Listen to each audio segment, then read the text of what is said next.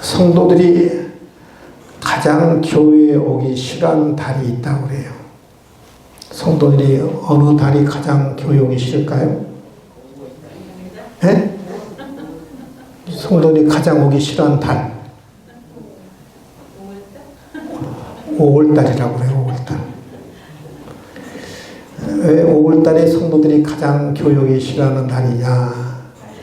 요즘 여러분 비혼주의자들이 많잖아요. 그렇죠? 젊은이들은 결혼을 꺼려하는 비혼주의자들이. 특별히 비혼주의자들은 5월달에 교회에 오는 것을 굉장히 부담스러워해요. 또 가정생활이 순탄치 못한 가정들이 많잖아요. 그렇죠? 가정이 순탄치 못하면 5월은 가정의 달이니까 교회에 오는 것을 굉장히 많이 부담스러워합니다. 결혼했는데 또 자녀들이 없는 가정들이 많잖아요. 그렇죠? 그래서 이 특별히 오늘같이 어린이 주일은 교회에 오는 것을 꺼려합니다. 또 부모님을 제대로 섬기지 못한 사람들이 많잖아요. 그렇죠? 그래서 부모를 제대로 섬기지 못한 가정은 특별히 다음 주가 이제 어버이 주일인데 교회에 오는 것에 큰 짐이죠. 이 모양 저 모양으로 가정이 원만하지 못하든 결혼하지 못했든 자녀가 없든 부모를 잘 섬기지 못하든 어찌됐든 간에 5월달에 성도들이 교회에 오는 것을 가장 부담스러워하고 꺼려하는 짐이라는. 목사 입장에서는 어느 달이 설교하기가 제일 힘든 달일까? 네? 5월이에요.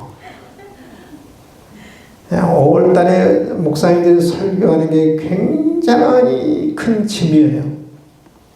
교회 안에는 결혼하는 사람도 있죠. 이혼한 사람도 있죠. 가정이 원만한 사람도 있죠. 그렇잖아요.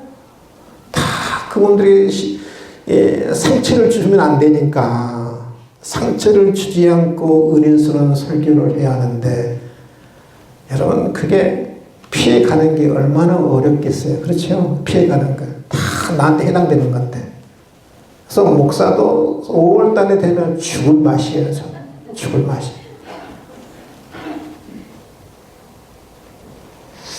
제가 가정의 달에 이번 주 두 번에 걸쳐 설교할 것인데 어린이에게 꼭 부모에게 초점을 맞춰 설교하기보다는 가정이라는 큰 카테고리를 두고 설교하려고 그래요. 가정이라는 그 카테고리를 두고 2주에 걸쳐서 설교할 것인데 목사님이 나를 두고 설교하나.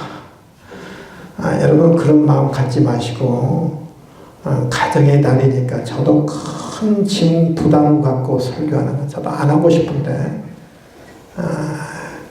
나를 두고 설교하나 그렇게 생각하지 마시고 가정의 달이니까 하는 거예요. 아멘. 여러분 여기에 해당되지 않는 사람이 누가 있겠어요? 다 가정마다 문제가 있고 다 가정마다 여러 가지 어려움이 있고 그러는데 해당되지 않는 사람이 누가 있겠어요? 나학이 목사가 이러면 해당되지 않게 다 해당되는 거거든요. 우리 시대의 특징이 하나가 뭐냐면 근간이 무너지고 있어요. 근간. 뿌리가 흔들리는 시대, 근간이 무너지는 시대예요. 특별히 무엇이 더 무너지냐면 근간이 무너지냐면 저는 가정. 지금 가정이 위기가 아니고요. 가족이라는 근간 뿌리가 지금 흔들리고 무너지고 있어요. 저는 가정이 위기보다 훨씬 더 심각하는데 결혼이라는 제도, 가정이라는 제도, 가족이라는 제도 그 자체가 무너지고 있고 흔들리고 있어요. 제가 몇 가지 예만 드릴게요. 옛날에는 이혼이 흉이었잖아요. 그렇죠? 지금 이혼이 흉이 아니에요? 흉이 아니에요, 이혼이. 선택이라고 그래요, 선택. 옛날에는 결혼 안 하는 것이 부끄러웠어요. 근데 지금은 비혼주의자들이 어떠냐면 당당하잖아요. 당당하죠. 그렇죠? 마치 결혼 안 하는 것이 굉장히 주관이 있어 보여요. 뚜렷한 주관이 있어 보이잖아요.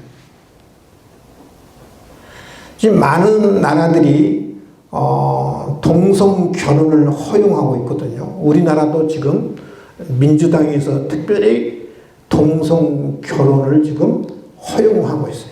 지금 그 법을 지금 바꾸고 있잖아요, 지금. 그게 뭐냐면 차별금지법이에요, 차별금지법. 차별하지 말자는 거예요. 남자, 여자 차별하지 말고, 그 포장은 그럴싸해요. 남자, 여자 차별하지 말고, 성적 취향을 차별하지 말고, 뭐, 남자는 남자끼리 결혼할 수 있고, 여자는 여자끼리 결혼할 수 있고, 동성 결혼을 허용하자는 것이 뭐냐면은, 차별금지법이에요, 차별금지법.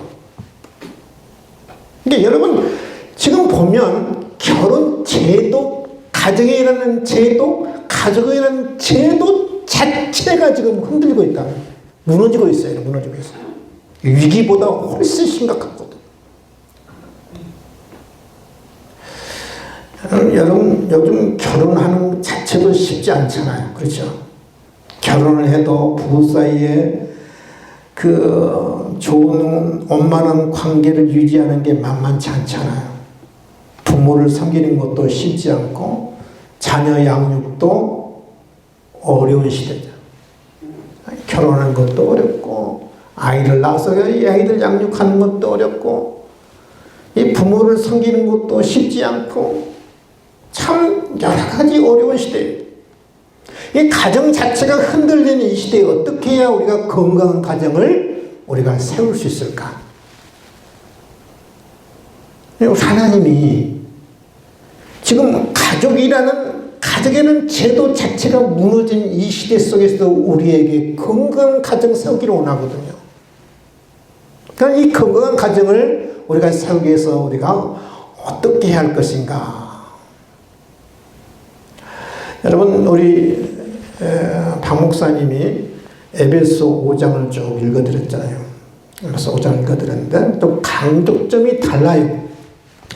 남편에게는 무엇을 강조하냐면 아내 사랑을 강조하고 아내에게는 남편이 무엇을 강조하냐면 순종을 강조하죠.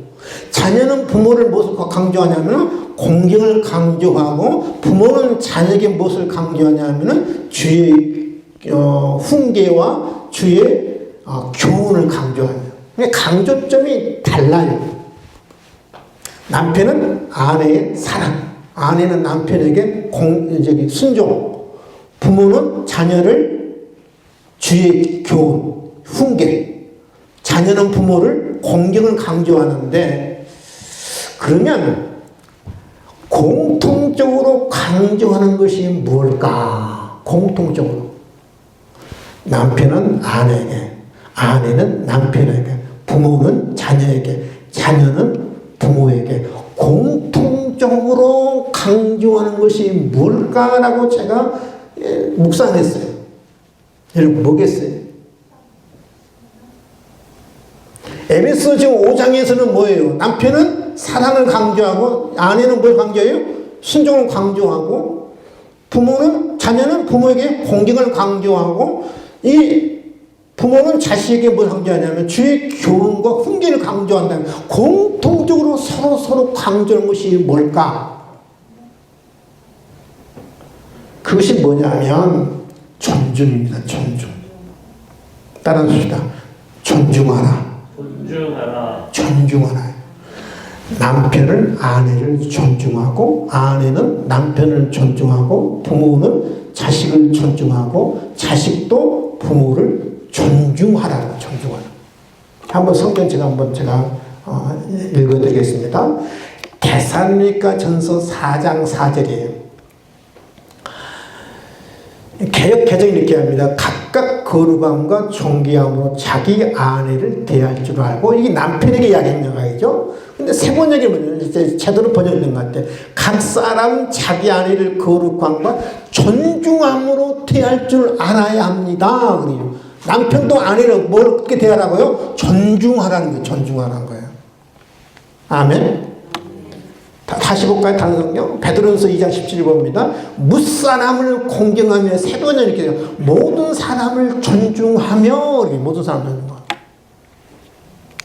에베소 5장을 봅니다. 여기는 이번에는 이제 아내 이야기예요. 개혁개정에는 아내도 자기 남편을 존경하라 이렇게 후반절에 그랬죠. 근데 세 번이 뭐냐면 아내도 자기 남편을 존중하십시오라고 해야죠. 대사전서 4장에서는 남편은 아내를 존중하고 에베소 5장 34절은 아내는 남편을 존중하고 또 이 베드로전서는 뭐냐면은 이 장은 모든 사람을 존중하라는 거예요. 존중하라. 그래서 건강한 가정을 세우는 키워드가 뭐냐면 존중이에요. 존중. 공통적으로 존중하는 거예요. 서로 모든 사람을 존중하는 거예요. 남편도 아내를 존중하고 아내도 남편을 존중하고 부모도 자식을 존중하고 자식도 부모를 존중하는 거죠. 저는 이것이 건강한 가정을 세우는 키워드라고 생각해요. 존중한다는 말은 뭐냐면은 가치 있게 여기다는 거죠. 가치 있게 여기다. 가치를 인정해주다. 높이 평가하다. 그러니까 존중은 가치 있게 여기고 높이 평가해 주는 거예요. 높여주는 거예요. 높여주는 거. 그러니까 존중의 반대말은 경멸하다, 멸시하다, 천하게 취급하다. 천하. 여러분 이 인간 관계의 그 핵심은 뭐냐면 신앙의 핵심이 뭐냐면 존중이고 인간관계의 핵심은 뭐냐면 존중이에요. 여러분. 따라합시다. 신앙의 핵심은 존중이다. 성경은 이렇게 이야기합니다. 사무엘상 2장 30절에 나를 존중히 여기는 자를 내가 존중히 여기고 나를 멸시하는 자를 내가 경멸하리라 그러죠. 신앙의 핵심이 뭐냐면 그러니까 하나님을 존중히 여기는 거예요. 존중히 여기는 거예요. 그러면 하나님은 나를 어떻게 된다? 나를 존중히 여긴다는 거예요. 그러니까 인간관계의 핵심이 뭐냐면 존중히 여기는 거예요. 인간관계의 핵심, 가정의 핵심 키워드, 신앙의 키워드는 존중하는 거예요. 내가 하나님을 존중하는 거, 모든 사람을 존중하는 거예요. 내가 존중하는 것만큼 내가 존중이 대접을 받는 거예요. 지금은 우리 시대는 존중이 잃어버린 시대죠. 존중이 무너져버린 시대죠. 그래서 존중이 무너져버리니까 가정이라는 것도 무너지고 있고 사회도 무너지고 있고 존중이라는 것이 없어요. 예전에 제가 어릴 때 학교 다닐 때는 선생님 하면 그림자도 안 밟았죠. 그렇죠? 그랬어요? 안 그랬어요? 선생님 하면 그림자도 안 밟았잖아요. 근데 여러분 학생들이 선생님 어떻게 취급하는지 아세요? 선생님은 선생님한테 하지 않아요, 여러분. 자기 친구한테 못하게.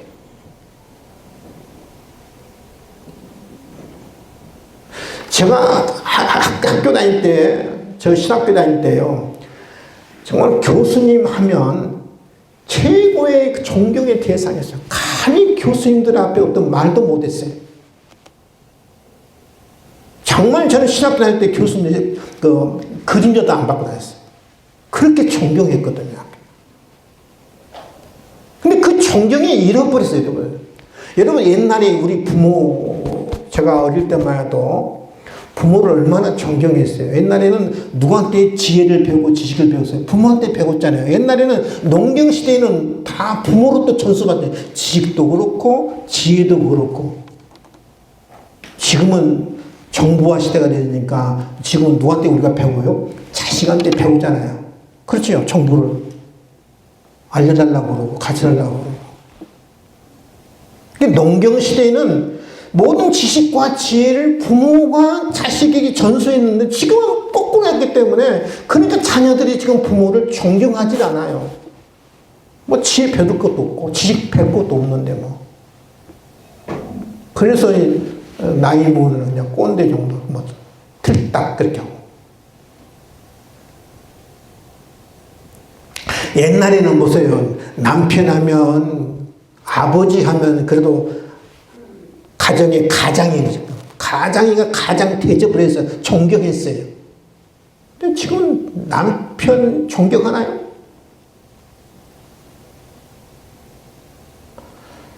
제가 지난주에 들었던 이야기인데, 제가 아는 분이 그래요. 제가 그 가족을 알거든요. 식구가 4명이에요. 남편, 아내, 아들이 있고 딸이 있어요. 자기는 자기 집에서 서열이 5번째래요. 아니, 그럼 제가 물어봤어요. 첫 번째 서열이 누구냐? 아내래요. 그럼 두 번째 서열이 누구냐? 딸이래요. 세 번째 서열이 누구냐고 그러니까 아들이래요. 그럼 저는 네 번째 서열이 돼야 되잖아요. 마지막 남았으니까. 그러면 네 번째 서열이 뭐냐 그러니까 양견이 아니에요. 그 집은 새 키우는데 새. 앵무새 키운가 봐요. 앵무새. 그 다음에 자기래, 자기. 가장이거든요, 가장. 그러니까 여러분 가정이 이렇게 존중이 무너져 버려요. 존중이 무너졌어요. 옛날에 그런 남편 하면 아버지 하면 한 가정에 가장으로서 존중이 있었잖아요. 존중이 있었어요. 존중을 잃어버리기 때문에 가정이 뒤틀려지는 거고 사회도 뒤틀려지는 거고 이 모든 제도 자체가 무너지고 흔들리고 있는 거죠. 그럼 여러분에게 묻겠습니다. 남편 존중해요? 아멘? 아, 역시 우리 권사님. 우리 양경감독님이 참 행복하겠습니다. 존경해요? 존중해요? 제가 존경까지는 바라지 않아요. 존중. 가치를 높게 여기다. 가치 있게 여기다. 높이 평가하다. 여러분, 남편들 아내를 존중해요? 가만히 생각해요. 나는 왜 존중하지 않는가? 이유가 있지요. 편하니까. 가까우니까. 가족이니까. 자식이니까. 존중하지 않는 이유는 가깝다고. 가족이니까. 편하니까. 내가 이렇게 해도 되니까. 그래서 우리가 존중하지 않는 거거든요. 존중해야 돼요. 남편도 아내를 존중하고 아내도 남편을 존중해야 돼. 존중해야 돼. 부모도 자식을 존중하고 자식도 부모를 존중해야 돼. 존중해야 돼. 다른 사람을 존중할 수 있는 것도요. 이게 기본이 되어야 돼. 뭐 어떤 기본이 되어야 하냐면 나를 존중할 줄 아는 사람이 타인을 존중할 줄 알아요.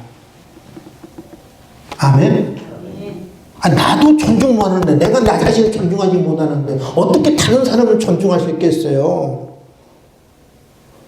내가 나 자신을 존중하지 못하는데 내가 어떻게 남편을 존중하고 아내를 존중하고 자식을 존중하고 그러겠어요? 부모를 존중하고.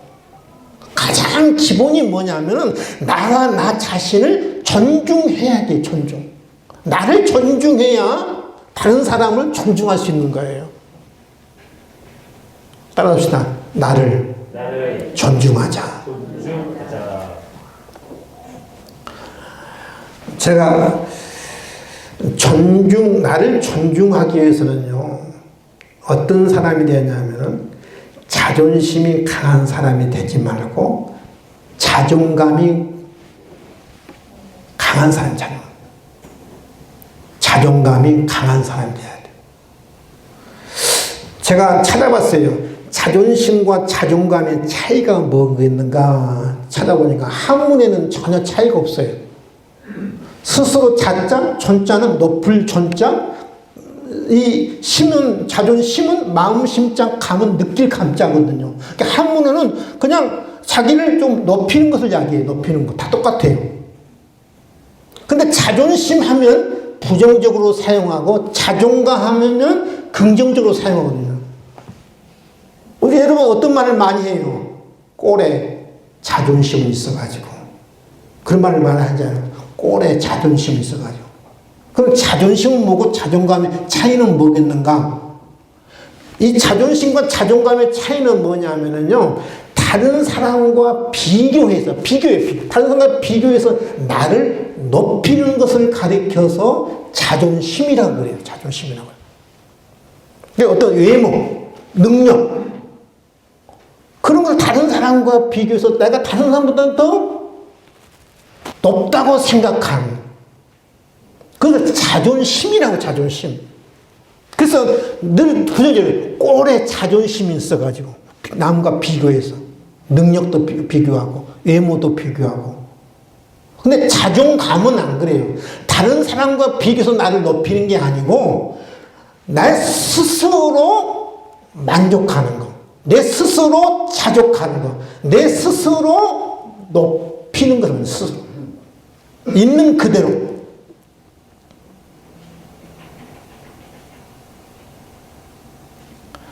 그러니까 비교하기보다는 있는 그대로 자기 자신을 인정을 하지. 있는 그대로.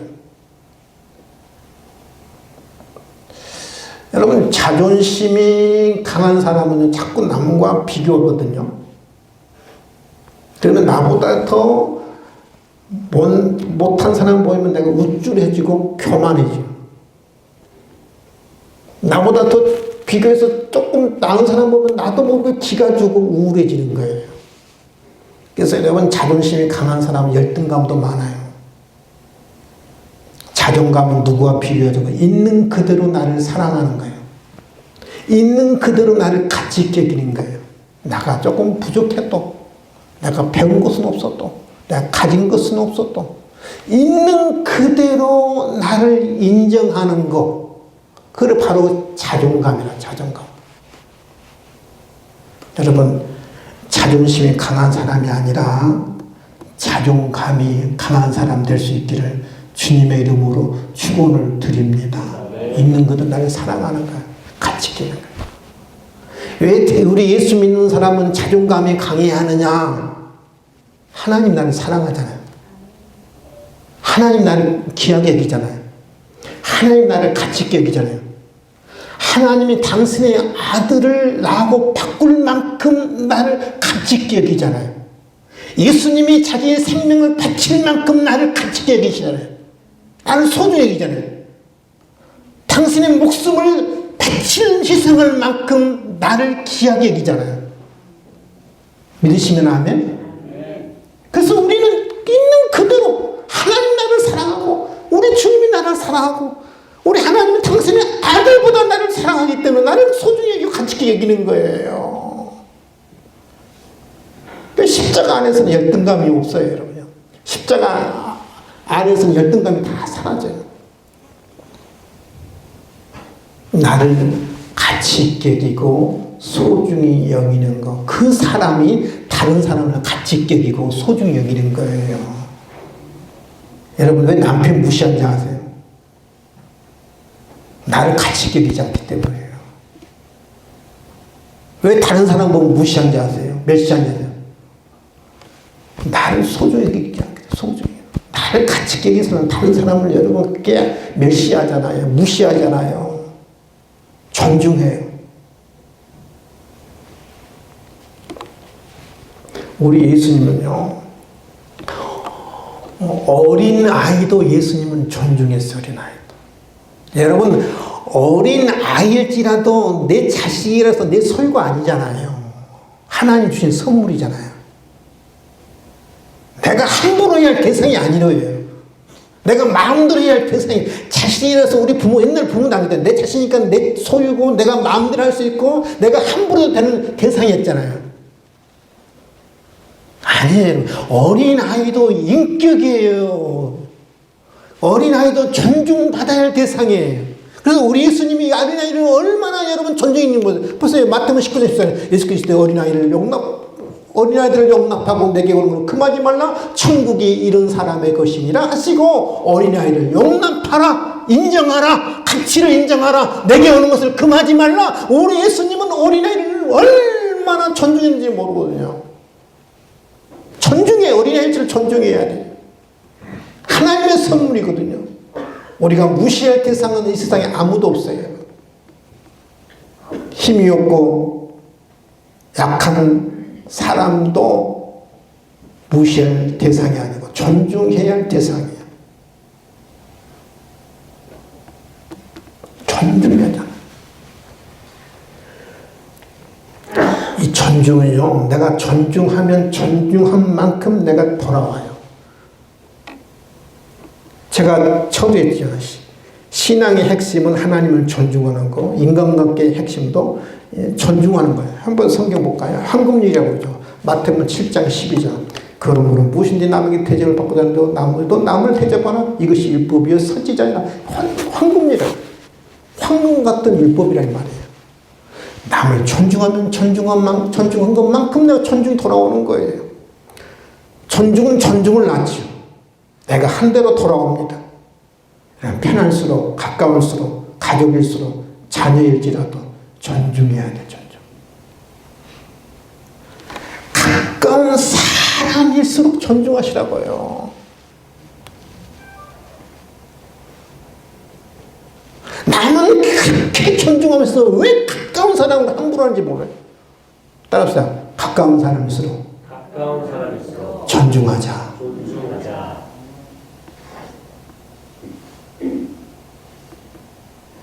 내가 함부로 하고 멸시할 대상이 이 지구상에 아무도 없어요. 가까운 사람일수록. 저는 존중의 첫걸음은요, 말부터 존중을 바꿔야 돼요. 말부터. 부부 사이에도 존댓말 쓰셔야 돼요. 자식이 있고 손자가 있음에도 어떤 사람들은 야, 자기 아내보다 너 그러죠. 그게 멸시하는 거거든요. 말부터 존중의 단어를 사용해야 돼요. 말부터. 존댓말을 사용해야 존댓말. 자식들이 다 컸고 손자도 있는데 야, 너 존중의 언어가 아니잖아요. 말부터 존중의 언어를 사용해야 돼요.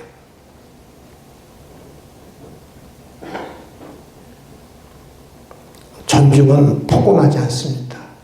부부 사이, 부자지간에, 부녀 사이, 인격적으로 돼야죠. 다 존중해야 하고 존중받아야 할 대상이에요. 가난해도, 힘이 없어도, 늙어도, 어려도, 병들어도 다 존중받아야 할 대상들이에요. 힘없다고 여러분 멸시하면 안 돼요. 늙었다고 멸시하면 안 되고요. 존중해야 할 대상이고 그 사람도 존중받아야 할 대상인 거예요. 모든 인간관계의 이 키워드는 뭐냐면 존중이에요. 존중. 신앙의 키워드는 뭐냐면 존중이에요. 존중. 가정의 키워드는 뭐냐면 존중이에요. 존중. 존중이야. 존중.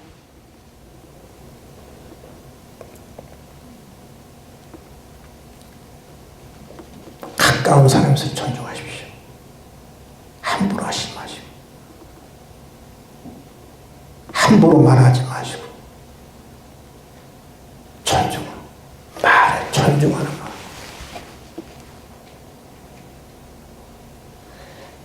존중할 때 모든 가정들이 건강해져서 세워질 줄 믿어요. 아멘. 조금 여러분 살다 보면 그럴 수 있잖아요.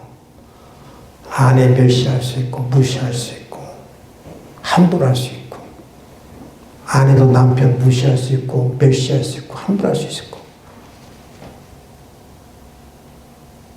조금 이 시간 이후부터 그래 내가 존중하자.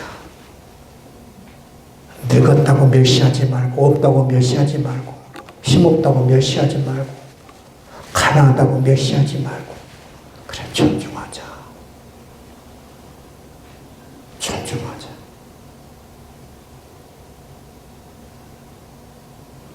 자녀라고 우리가 함부로 해야 할 대상이 아니고 자녀를 존중하자.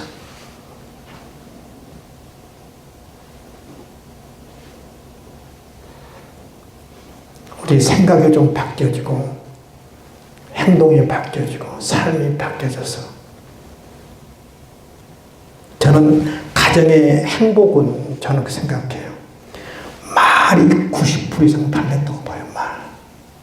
뭐 때문에 자꾸 싸우느냐면 말 때문에 싸우느냐. 말 때문에 상처 주고. 왜 존중하지 않는 말을 하기 때문에 존중하냐. 존중의 언어를 사용해 보세요. 가정이 해피해져요. 달라져요. 말부터 존중의 언어로 바뀌어지면 가정이 달라지고 부모와 자녀의 관계도 달라지고 부부 사이도 달라지고 달라지는 겁니다.